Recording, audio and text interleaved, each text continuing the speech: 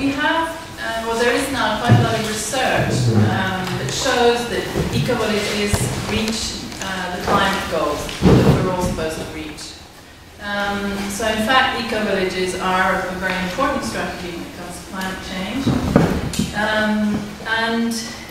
Already in 1998, the United Nations identified eco-villages as a strategy for sustainable development. And while I've been working on this project on the internet, I found a very, very interesting project in the Baltic countries, which includes, doesn't include Norway unfortunately, but hopefully maybe now we can include Norway, which is using eco-villages as a strategy for sustainable development in rural areas. And Sabila is going to tell us about that, so I'm really looking forward to hearing your presentation. Thank you. So, hello everybody.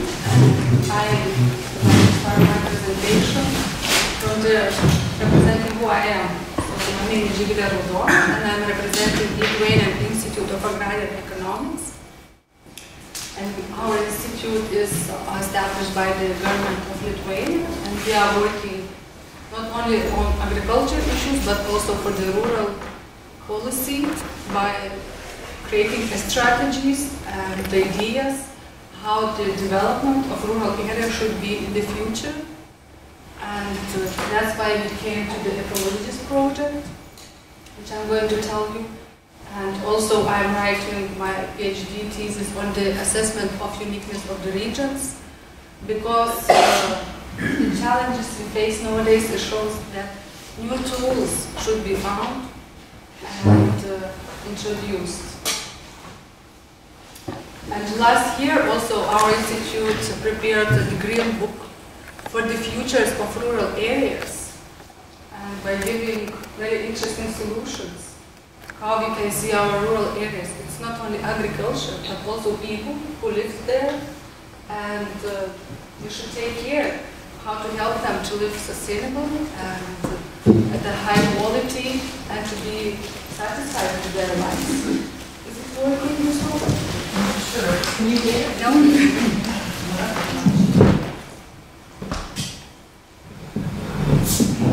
No? Okay.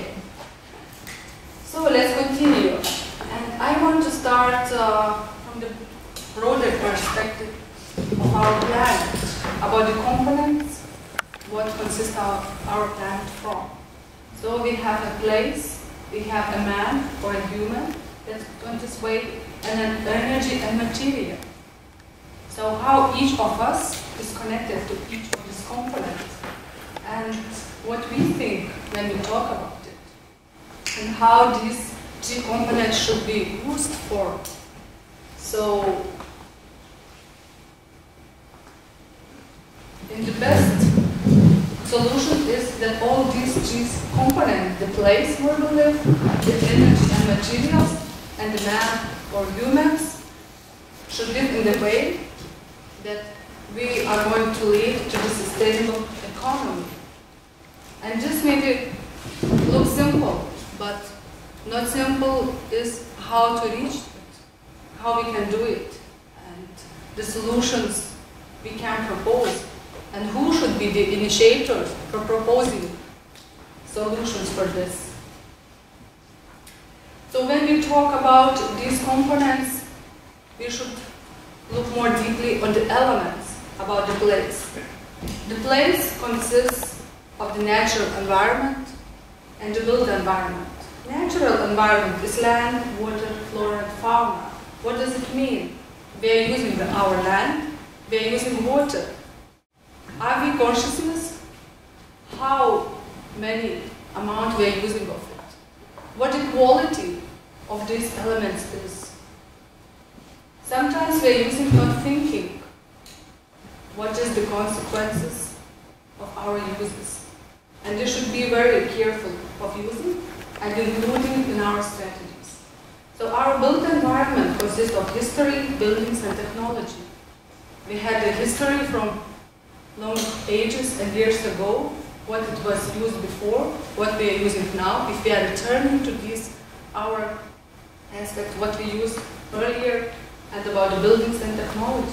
if the technology is going further and it's more sustainable or not, if we are thinking about it. And of course we should. What kind of buildings, what kind of materials we use for it? If they are sustainable, or if we are satisfied, or our nature is satisfied for what we are using. And when we go to the energy and material, we should be careful about the optimal use of energy. And the solution can be renewable resources. And when we use energy, sometimes we don't think about our habits, how we behave. If we really need this amount of energy we use, or how we can, what other resources we can use, or how we can change it. When we talk about closed natural cycles, what consists of water, air, and material, we also should be consciousness of how it's going, where it starts, how it goes by circle, and what quality it ends. If the circles are sustainable and our behavior doesn't give any bad influence on it. So also we should think about minimizing need for transportation, for the people and for the goods. Where we live and how much we need to travel, how far distances. When we talk about the goods, I can give very simple example. For example, about our gardens. The companies, for example, who is producing them. The product is produced in one place, then using transportation, going somewhere else for the conservation, in another place for packaging, and then getting back to the place where it was taken from.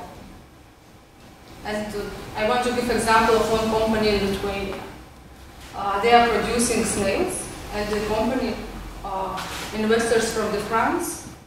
They have a factory in Lithuania, and the people are bringing snail there. So they are doing primary processing there.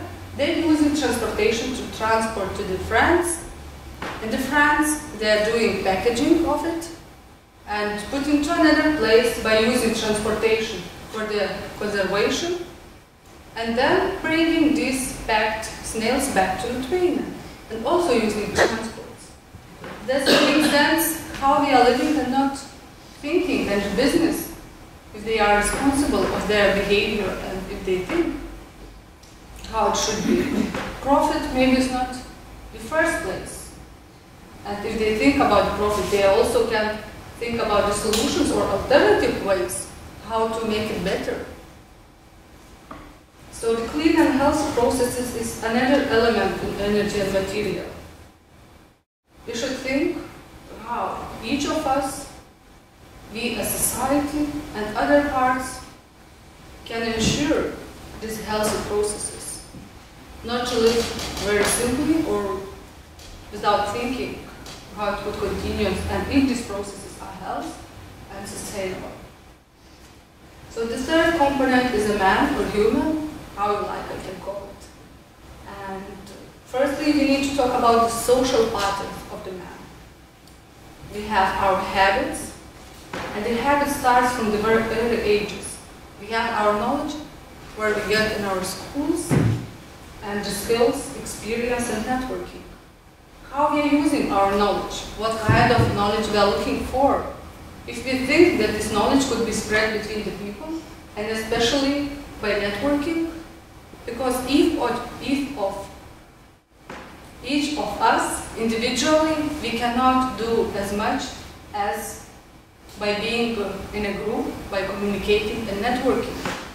And in what kind of experiences, in what sense we use it. If we use it for good things, and if we use it for promoting something or for creating something new, what could help to make our life and nature more sustainable. So collaboration synergy is very important also. Integrated work and cross-science and know-how aspects, democratic and responsible cooperation and creativity. It seems that most of us, we are working and we have colleagues, we have families at homes, but sometimes we don't think how good cooperation is between us, how we are at our works, and what is our approaches. Egocentric or more like trying to give to some other people somewhat. If we are using our know-how together with colleagues, or we are just using it for ourselves, if we are spreading this. And then if we are networking on it, because the network and the sharing of ideas, it's very important. And it's also benefits us. And the first and the last element is aesthetical and psychological beauty. When we are satisfied with ourselves, when we have good emotions, then it's easier to do a movement. It's easier to do anything we need. And this positive energy helps us. And then it gives us a beauty, aesthetical beauty. So with these elements, we should move forward and to look that people nowadays, I think in many countries, they start thinking of being more socially responsible, economically responsible, and ecologically responsible. They think. In many cases, people, they want to be responsible, but should be somebody who can give advices how to behave, what is the solutions, and how they should find the way, best way to this. And the eco-village movement, you see all the elements going to this. They are proposing and giving solutions. And what is very important, that not only those who already live in eco-villages or want to have, or want to create an eco-village, should be careful and conscious about it. Remaining society, they also want to have these possibilities in one or another way, or by choosing the aspects of how they want to put their benefit. So that's why we should think that it's not only a closed circle, but also how to open it. And another thing what is very important, that this eco-village concept, eco-village movements, also deals with environmental pollution, climate change, social problems, and resource shortages. Maybe they don't think very specifically, I want to do something better for climate change. But the behavior and solutions, what they are using and having in their lives, it helps. It helps to mitigate or to adapt to climate change. Maybe they are not consciousness to do it on purpose, but that's what they have. It helps to. And also with the pollution and the social problems, because they want to have sustainable life for themselves, and they don't think about the society. But this behavior and the actions they have, it really helps. And that's why we're having these 4 elements showing that by their behavior we can solve or try to solve these questions. So also, what the eco-village movement suggests, this is an alternative idea to individualistic, materialistic, and consumer-oriented lifestyle. They are very conscious and thinking about it, and it's really working on this way. So, what about the principles of eco-villages? What they have? They want to combine social cultural environment with a low impact way of living. Because persons and we sometimes we don't think what really we need, what we have in our houses, what we have in our heads. If all this stuff, it's really things we need, or it's some part is like real mess or trash we can throw away, and we should think what is really needed for us. And this low impact of way of living is their way of living. It's not showing that they have some shortages or something. It's very rational behavior. So And also what is that these eco-villages, they are very important, not only in our Baltic Sea region, but worldwide and beyond. And it's the movement and the eco-villages, they are getting and becoming more and more important. Maybe not powerful or maybe not enough well known between other levels of society. But in some senses, when we talk about the content of the eco-villages, then each of individuals, they understand that they have some common senses in some or other aspects. So here I want to show the number of eco-villages in the countries which are our partners. Maybe not all the eco-villages are here listed because, some they are not providing information and sometimes it's difficult, to find how exact number. But this is what our partners found and contacted them. Of course, later I put some of those experiences we got from them. So you can see that in Lithuania, Latvia, Poland, the process of eco-village establishment just started, and they don't have long living tradition and experience. Sweden, I think this is the leading. We don't have the eco-villages from Denmark and Germany. They are very well in this. And in Russia, here eco-villages are in what part from Russia? In Finland, you see there is 15. And talking about the eco-villages, the number of it, and later maybe I will come back that we should be very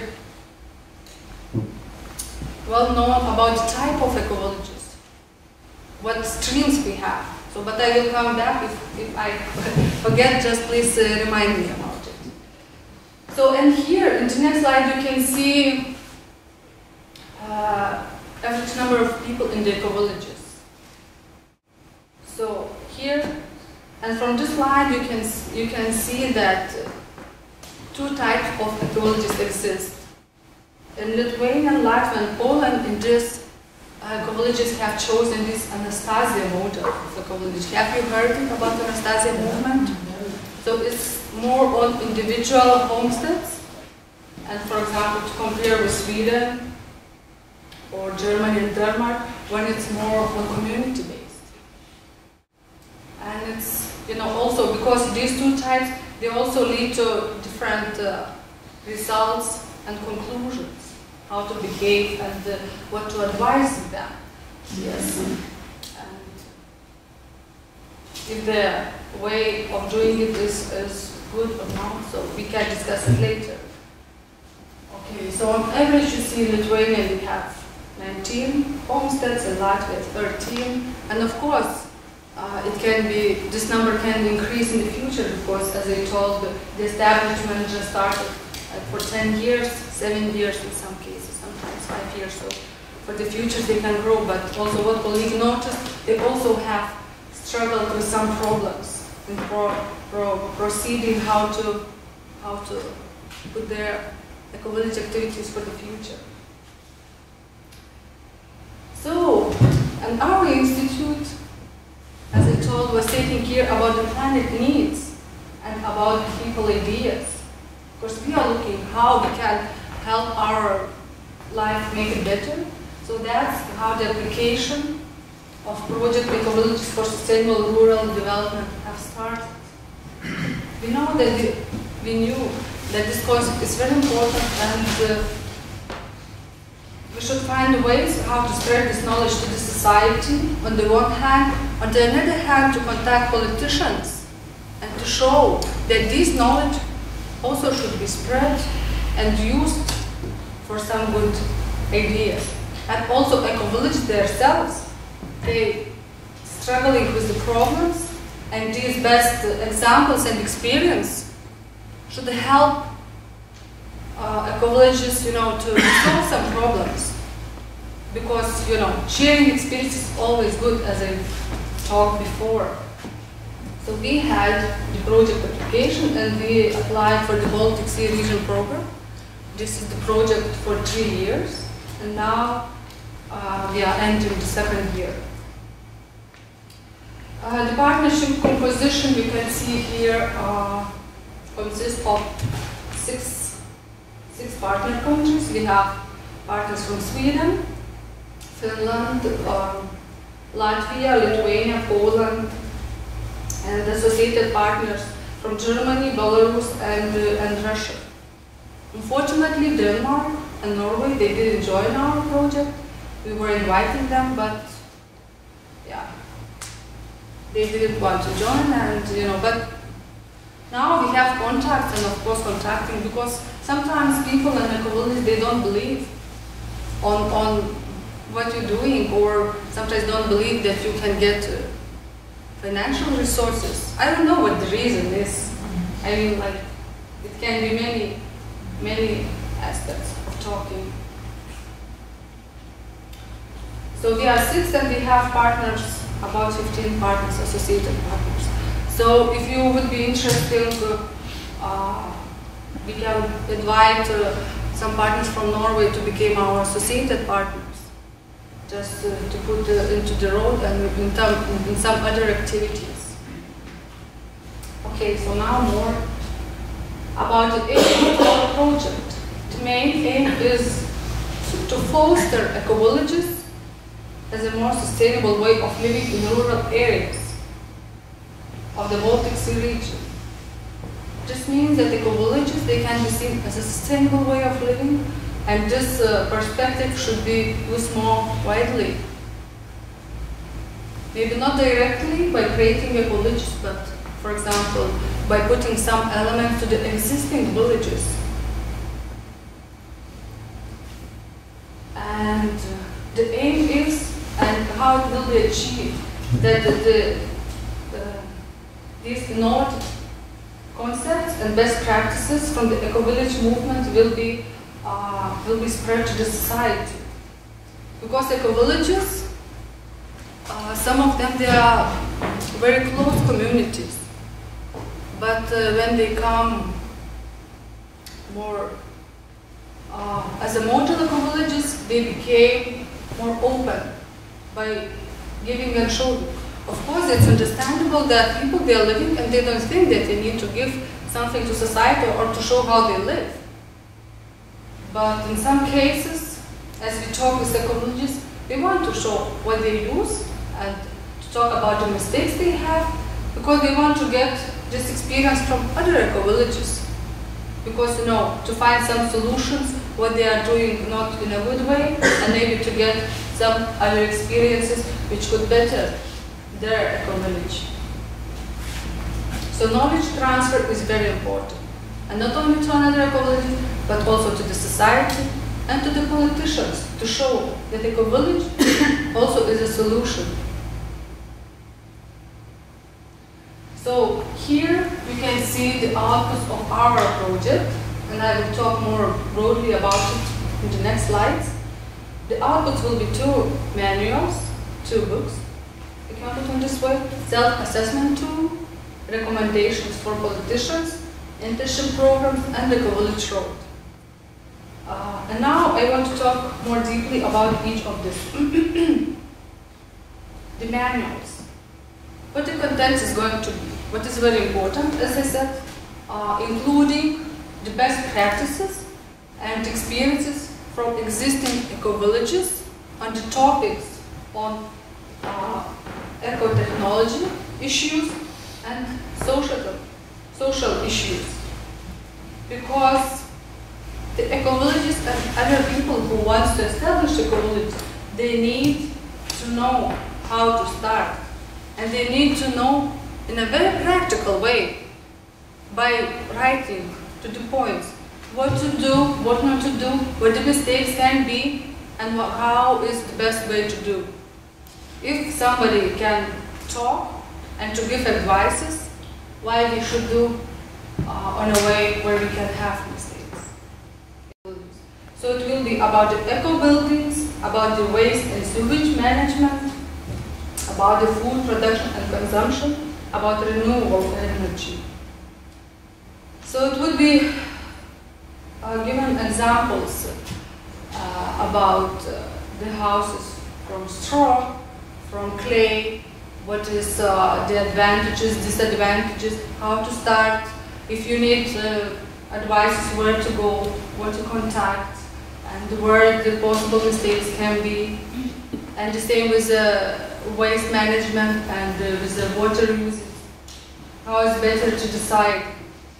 And especially this is needed when you want to establish the eco-village, when you are choosing the land where you want to have it, if it will be newly established eco-village or in some places where already is some buildings, for example, how they need to reconstruct some buildings or what material to use and how to solve the problems with waste and the water and the heating if you want to be sustainable. So another manual also what is very important when we have the buildings and the infrastructure about our being, social aspects of the living with the eco-villages. So it includes the stages of life cycle in eco-village, decision making, newcomers and traditional festivals, because at the different stages of eco-villages establishment we face different problems. When we established, there is some ideas how we are going to be in the future, and when we start, we see that sometimes imagination between the people was different. So it's very important, and on the decision making, we can start with one aspect, how we are doing decision making, and later we see that it's not working. We should improve somehow, to change it. But how? Which new model we should use? So here also will be information for that.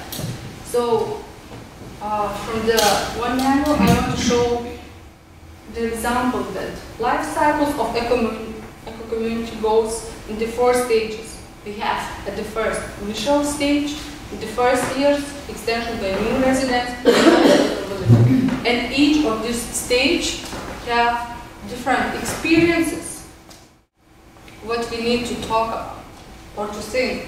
When we have initial stage, what we need. We need to think what land we need to buy, who is going to be in our eco-village, who we are going to invite, and if it will be our friends or some people who are interested in these ideas, how we are going to build it, in the same way or different way, how we are going to do decision making. And when all this infrastructure is created and we starting, then we are getting to the next stage, first years. Then it seems when we starting to live, if all the people who live in eco-village are satisfied with the rules or what we agreed, if the model we have chosen is satisfying us, if there is some lack of resources or some people that are getting tired of some issues, if the common building is used as we planned, and many various aspects is getting in the stage. And then of course we became closer to the 3rd stage when it's extension by new residents, because each community they want to grow. And how we are going to invite, what rules for newcomers we will have, how these newcomers will be put in our decision making, or if they have the right to do so, or all these aspects, they should be very concretely discussed by those. And the model eco-village is the 4th stage, the final stage, and usually at this stage the eco-villages they became open. They want to show what they have and to spread. Most of them, they have education centers and spreading this knowledge and talking about this with other people. So here we finish with our 2 manuals, and now what we have done, and it will be already very big on our website, self-assessment test. Self-assessment test, it's for the eco-villages to assess themselves how they are sustainable and how they are in the line with the vision they had when they created the eco-village and what is the reality, how it differs. And here on the picture you can see the green line shows the vision and the red line shows where we are in reality. And if there is a gap, it means that eco-village and members of eco-village should discuss why they are so far from the vision, what they wanted to have and why they are here, and what they want to do, if to change it, or if they want to get back, or to think about the behavior, what they should do differently. And here, I don't know, you can, there is six dimensions. This is common property. They should decide, in the ideal vision, if they want to have common property and how they are financing, how they are building, and so on. Then external relations, how they are communicating with external elements. Then changes in the eco-villages, how they accept and what the rules they have for change.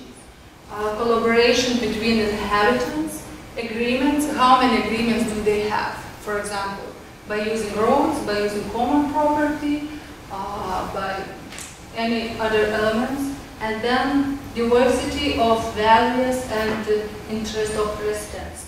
If residents of eco-villages, they can have different values, and if everyone is satisfied with that.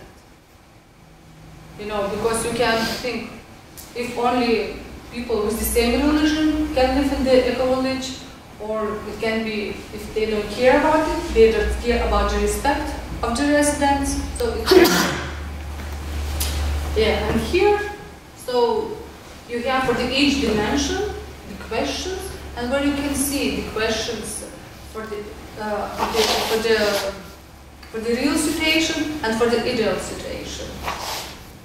So, and here you found out the weak points, and I said that short and detailed analysis will show. Frederica said that we don't have internet connection, but if you would be interested, here you can see the website where this eco-village self-assessment tool is in the internet. So there is a questions. In the short version you have 12 questions. In the long version is maybe 24. And you have answers, you can choose, and then the picture will appear with your results.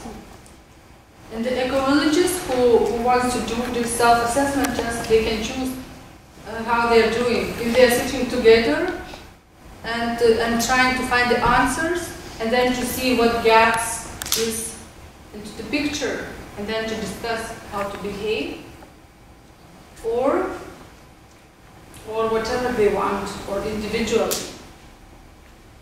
So, do you have any questions about this self-assessment tool? Okay, I'll go further. About recommendations, what we are planning to do and what we already done. As I told that eco-village movement, and we know that it's very important aspects, but we want to show and to put it to some kind of documents for the politicians. And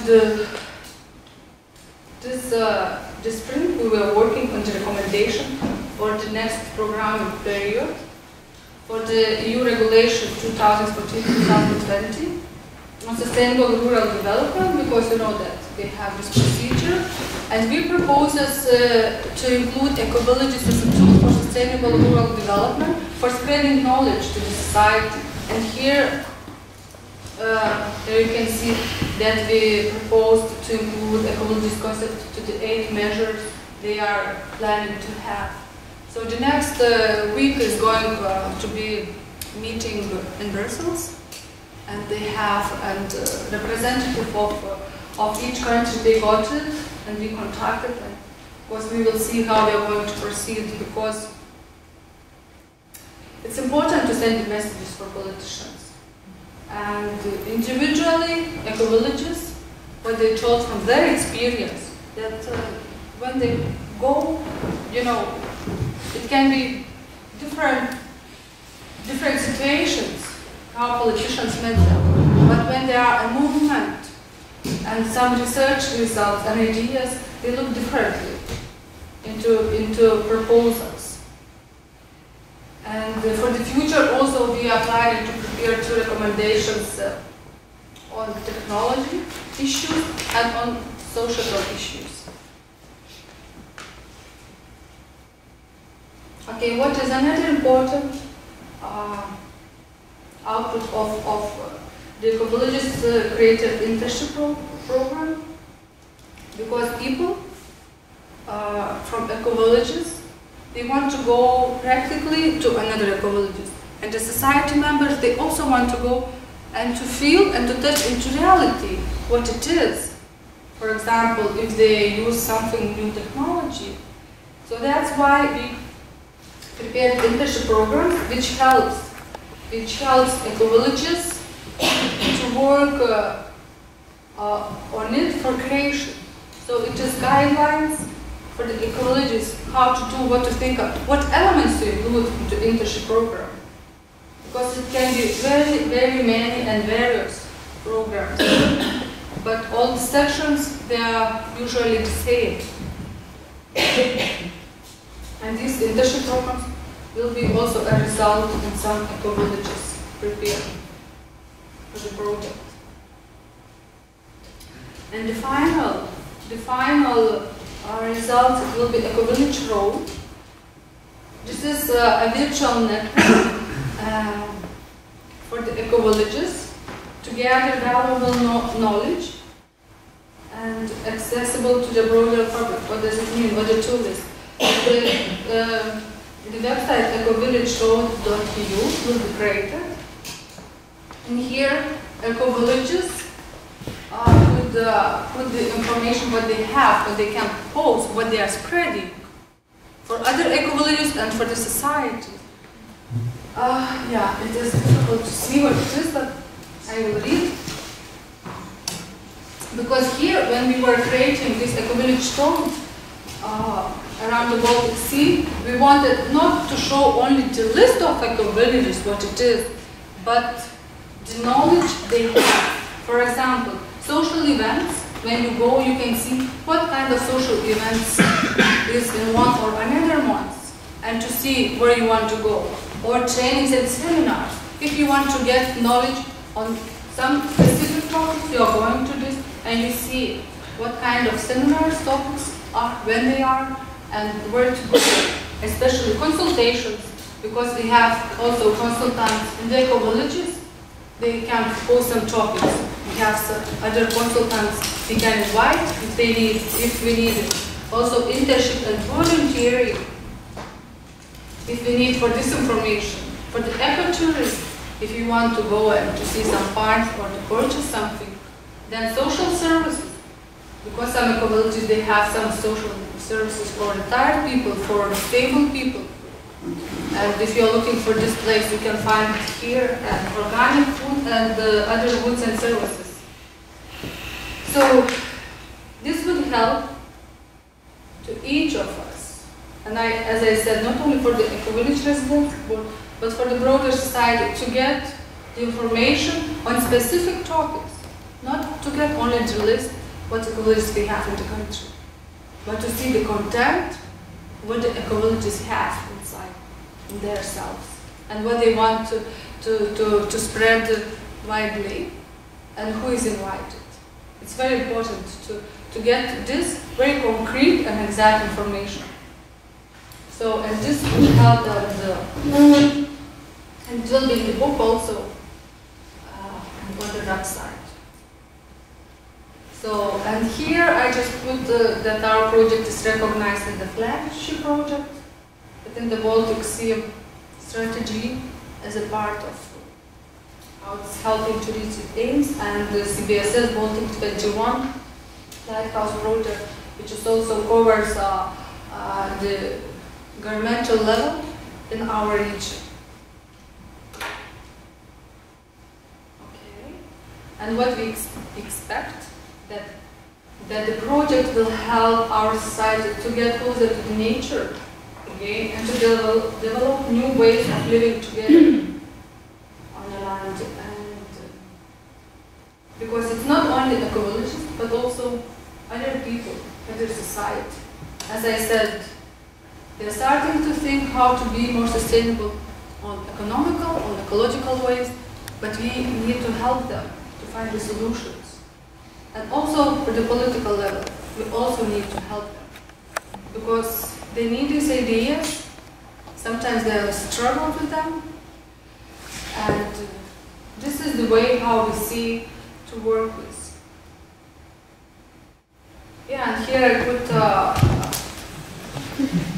10 ecologists in 10 years in Norway, but Fredrika will talk, and maybe in the afternoon we can discuss, how to put forward these processes, how to help it, and what is the weaknesses, and what could be the strengths, or how to help, and what solutions we have. Okay, I think that's it. So if you want more information, you can get into our website, ecovillages.eu. So, thank you very much.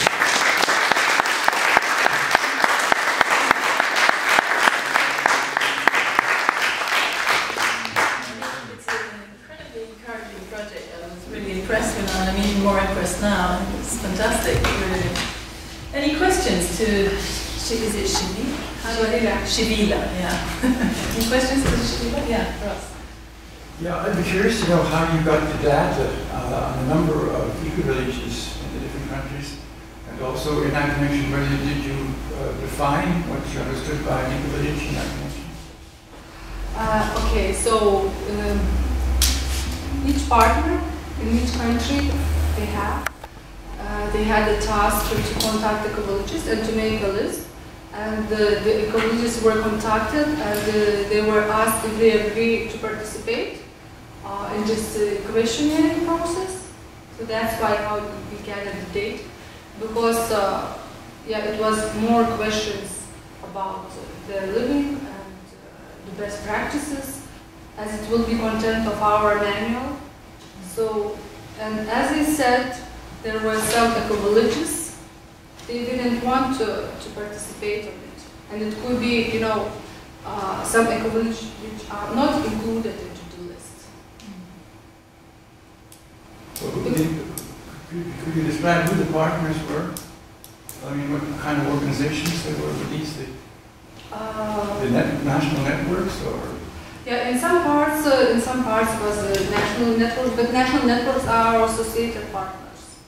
So, for example, in Latvia and Finland, there were research institutes, and Germany is the eco-village, so it's different country to country. Which village? Zeg. And were you in contact with Gen Europe in terms of the project? And this project you didn't mention it anywhere. Yeah, Gen Europe is our associated partner. The logo, isn't it? Yeah, and Robert Hall is responsible with communication with Gen Europe. Okay, other questions? Yeah. No? I just wondered, how did that come about, the whole project? Who is initiator? Initiator is our institute, because we are lead partners. And as I told that we found out that this idea is very important, eco-villages, and that the experience of eco-villages should be spread more widely. And that's why these three aspects of eco-villages and the society and politicians are on the ground for this. So that's why, we took an action, and we invited those who already live in eco-villages and are eco-villages, research institutions who can help to gather the information for putting some results which is needed. This is very inspiring. Could you just tell us a bit more about how you work, the way you work because you have got a lot of partners and contacts, and when you make proposals and manuals, how do you get a consensus about this so everyone will recognize it as a general experience? And could you tell us a bit more about that, because there are a lot of interests and addresses and persons to keep up with or to cooperate with. Okay, so telling it's not easy work, and our project doesn't have so many partners as other projects have. Some others we have 50. But the way how we are working, we have partners in the countries I showed, and these partners, they are responsible for completing the tasks. And to get involved eco-villages in these countries, we are having national meetings in each country. And for example, when they have the tasks, we invite people from the eco-villages for talking and discussing it. For example, this autumn, each partner is responsible for organizing the meeting in each country, for inviting these people, and they will do a SWOT analysis for the eco-village movement in each country. And based on these results, on the strengths, weaknesses, opportunities, we will do the policy recommendations for the politicians. And we will see, because we don't know yet if these recommendations will differ country to country, because it could be different experience in Latvia and Lithuania, and completely different in Sweden and Finland, because we have different traditions and living experiences in eco-villages. So we will see how we are going to put, like by country, or maybe we will see if it will be some common recommendations. Maybe we will put into some common recommendations. So it's under the working process.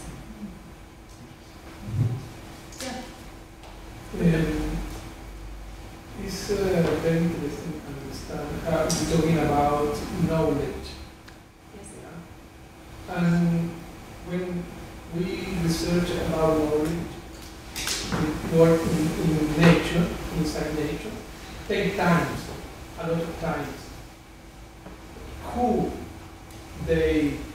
you are develop research about center, maybe universities, but universities, traditional universities now have the other goal. The traditional universities now research about patent, about how much doctor degrees have, how is the competition in between the universities. Now we need to develop a lot of research for live inside the eco-village. How or who develop that research in your network? Our network is not responsible for research in all countries. It's a small project, and we are responsible only for result of project. But all together we can change situation, and we can propose for politicians to change situation and move from patents and articles about global economy to move to articles about eco-villages and about sustainable economy. Maybe I answer. Because you make introduce yourself. You make about global responsibility, or you ask about global responsibility of this project. This project is responsible for only concrete tasks. Yeah, Dasa, just introduce yourself, because you're the director of the institute. I am from the institute, I am colleague of Jirina, my name is Rast. Yeah, okay, so you know. Okay, there's one more